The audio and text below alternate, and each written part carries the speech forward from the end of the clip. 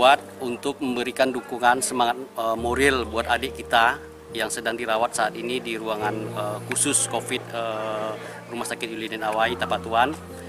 Kegiatan ini dilaksanakan diikuti oleh alumni sekolahnya dari SD sampai SMA, ibu-ibu dari BPBD, terus ke teman-teman dari COVID dan juga masyarakat dari Bengkuang. Mudah-mudahan ini bisa membantu menyemangati adik kita yang saat ini dirawat dan tidak ada stigma, dan kami sayang sama adik.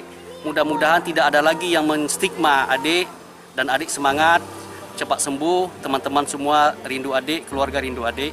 Jadi terima kasih buat tim medis yang sudah melayani dan mengobati adik kita. Terima kasih. Intinya untuk memberikan motivasi ya kepada ini ya. Iya.